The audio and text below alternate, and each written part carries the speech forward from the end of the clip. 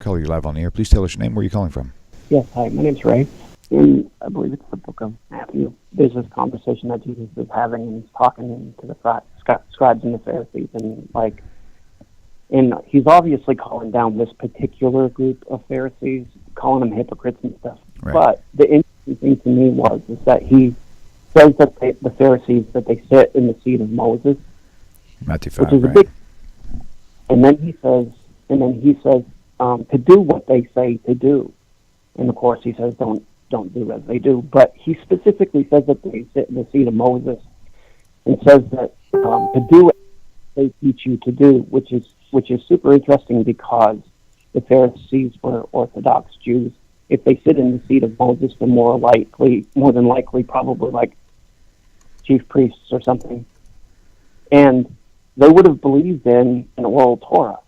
And then teaching an Oral Torah, and Jesus tells them, the people that are there, to do what they tell you to do. In other words, obey the Oral Torah as well as the written Torah. And that's my understanding of that. Am I wrong? We're talking about Matthew chapter 23, and you want to know what is being conveyed, and that's really easy. Go ahead and hang up for your answer. Okay, thanks for calling. Thank you, guys. You bet. Matthew 23 is a searing chapter where Jesus excoriates the Pharisees and calls them hypocrites and vipers and so on. It's not a pleasant chapter. But it begins by declaring that the Pharisees and the scribes sit in the seat of Moses. And if you're not sure what that means, the text tells us, and therefore whatever they bid you, you must do. Do as they say, but don't do as they do, because they're awful people. But they are truly been entrusted with the oracles of God. And in fact, that's something that Paul says right in Romans chapter 3. He opens with that make no mistake about this. And this you will find all over the Christian Bible. As far as knowledge goes, as far as information goes, oral and written, it is the Pharisees who believed in the written oral Torah. It is their information that comes directly from Moses. Do not question it. We have a very similar interchange in John chapter 4, where Jesus encounters a Samaritan woman who questions, where is the holy city? Is it, as my fathers say, is in Mount Gerizim or Jerusalem? When Jesus says salvation is of the Jews, people always misquote that. The context there is that if you want to know where the information is, the Jews have it, and your fathers don't know what they're doing. That's the context, if you read it in context.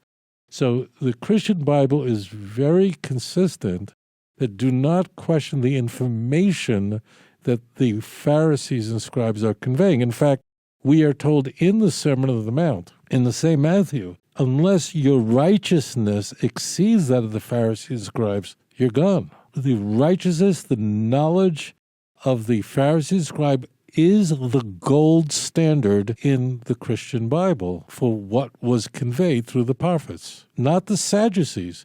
The Sadducees were complete heretics who rejected the Oral Torah. All Christians will tell you Jesus was a Pharisee. He came from a Pharisaic world. When Paul wanted to convey his CV and that he came from the most illustrious background and he studied it, Paul didn't talk about him being a Sadducee. Paul insisted that he was a Pharisee, not any Pharisee. He was the smartest boy in his class. See Galatians 1 and 2. That's Paul's whole point. See Philippians chapter 3. Pharisaic background. Pharisaic background meant that you had the gold standard of knowledge. It's really just like today. It's Orthodox Jews. They're the ones who are observant. They're the ones who understand the oracles of Hashem, who teach it. Not every Orthodox Jew. Some Orthodox Jews, go to Bermuda. I don't know. I have no idea. I'm just saying those who are truly religious, observant Orthodox Jews. And Pharisaic Judaism is Orthodox Judaism.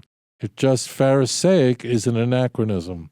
Okay, so we should try to use conventional language here. That all said, Torah Judaism, written in Oral Torah, is the standard. And if you want to know what it is that God is conveying, go to the Pharisees. They know it. They got it. When the author of the book of Acts wanted to convey that Paul came from the greatest teachers, he chose Rabbi Gamliel, who was a giant. He was what's called a Tana. He's one of the many contributing authors to the Mishnah, and he was the giant. Why did he pick him? Why didn't he pick some Hellenistic Jew? Why didn't he pick Philo? And it's more likely that Paul was affected by Philo. He certainly wasn't the student of Gamliel. But it's not important what really happened. It's important is how did the Christian authors of the New Testament view the knowledge of the Pharisees? That knowledge was the highest standard possible, and what they tell you is directly from God through Moses. And that's what's conveyed in Matthew 23. Now, the Christian Bible will also portray religious Jews who are not Christians as the worst possible people, with the exception of Rabbi Gamliel. Rabbi Gamliel in Acts chapter 5, he comes off fantastic. Why? Because he's Paul's teacher. So he's portrayed in very favorable light. And then we can continue reading Matthew 23. The charges leveled against them were very serious. They're hypocrites. The Christian Bible is doing two things. Number one, saying, if you want the source of knowledge, it's the Pharisees and the scribes. If you want to know the highest standard of observance and loyalty to the law, go to the Pharisees and scribes, and you better exceed their righteousness if you want a place in the kingdom of heaven. That's Sermon on the Mount stuff. This is not some text out in yonder. This is core stuff. And in fact, to go to the Oral Torah part, if you read through the Gospels, the Oral Torah is being used constantly to make a point. I have no clue how Christians deal with it. I know how they deal with it. They don't know what it's talking about. I know that sounds like a really presumptuous thing to say, but because Christians don't study Oral Torah, they would have a lot of trouble understanding points that the book of John, for example, has Jesus making. For instance, about circumcising a baby, an 8-day-old boy, on the Sabbath, and that is permitted. And if it's permitted to do that on the Sabbath, to heal a limb, a small limb, how much more so is to heal the whole body? Well, that's using a kal v'chomer, a method of logic that's completely rabbinic, meaning proving from something heavy to something light, right? And I mean, that's all Talmudic logic. And the prohibition of making a scar that causes blood is forbidden on Shabbos. But there's an exception. The oral law tells us that, in fact, you perform a bris, a circumcision, on an 8-day-old boy if he was born on Shabbos, and then the circumcision is on Shabbos. How are you allowed to do that? You're allowed to do that because of the Oral Torah. Jesus is using rabbinic thinking and logic throughout.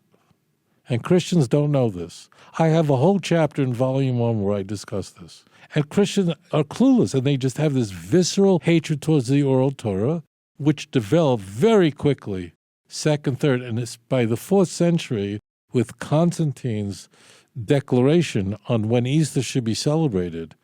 At the Council of Nicaea, this was decided, and his grotesque anti-Semitic screed can read it, and it's a rejection of the Oral Torah that we should decide the day of our most holy holiday, Easter, based on the Jews' Passover? So the whole Jewish calendar is Oral Torah. The whole thing is Oral Torah.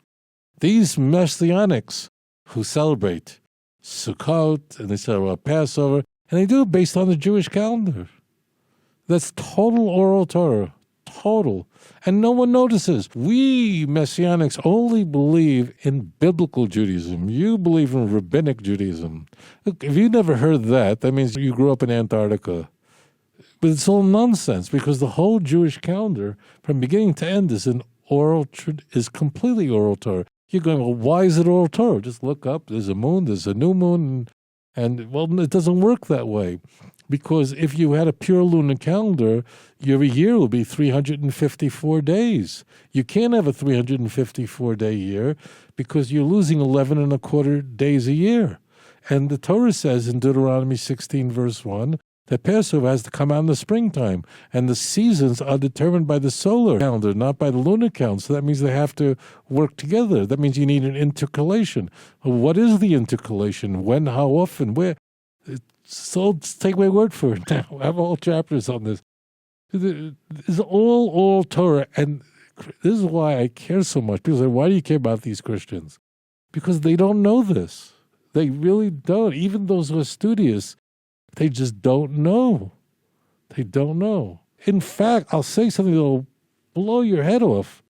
The first written record of the oral law, it can be said, is the Christian Bible. Because when Rabbi Yehuda HaNasi edited and compiled the Mishnah in about the year 200, prior to that, it wasn't edited and compiled. There were notes already being taken of what the rabbis prior to Rabbi Yehuda HaNasi had said and expressed, going back to the 1st century BCE.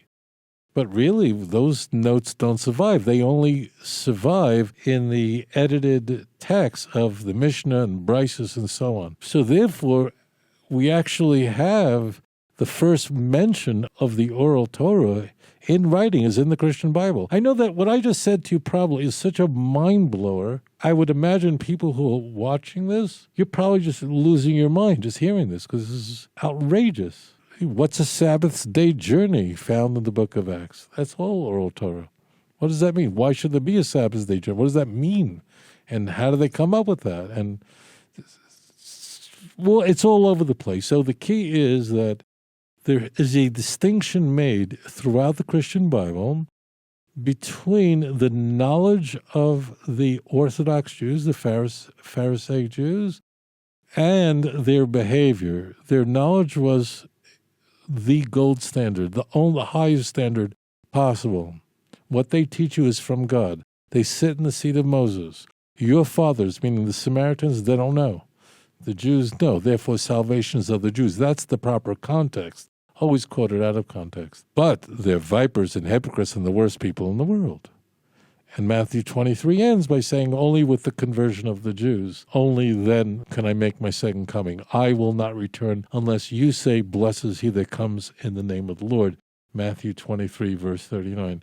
This is really confusing for people who haven't studied the text. And if you study the Christian Bible and you're not familiar with the Oral Torah, if you're not familiar with the Talmud, you wouldn't understand so much of what's going on. You would not understand what is flying in the New Testament in story. So here's the crazy thing. The Gospels are filled with stories. The storytelling is invariably Pharisees challenging Jesus, and Jesus is responding using Oral Torah and Rabbinic maxims in order to respond. I'm not going into whether they're valid or why they're not valid. I'm not going into that. Just know that he is using complete Rabbinic maxims, a way of thinking and logic that are found all over the Talmud to know how to respond, because that was normative. That's how everyone thought. The idea that there's no Oral Torah, if you had told first century Christians there's no Oral Torah, they would think you're a Sadducee. That would have been outrageous to them. Later, that idea would develop, and of course Christians would accept that idea, love that idea for reasons that are beyond the scope of that question. This is a very, very big topic. I have a very large chapter in Volume 1 of Let's Get Biblical where I address this and go into it in great depth. Be well. אדון עולם אשר מלך בטרם כל יציר נברא לעת נעשה בחפצו כל אזי מלך שמו נקרא ואחרי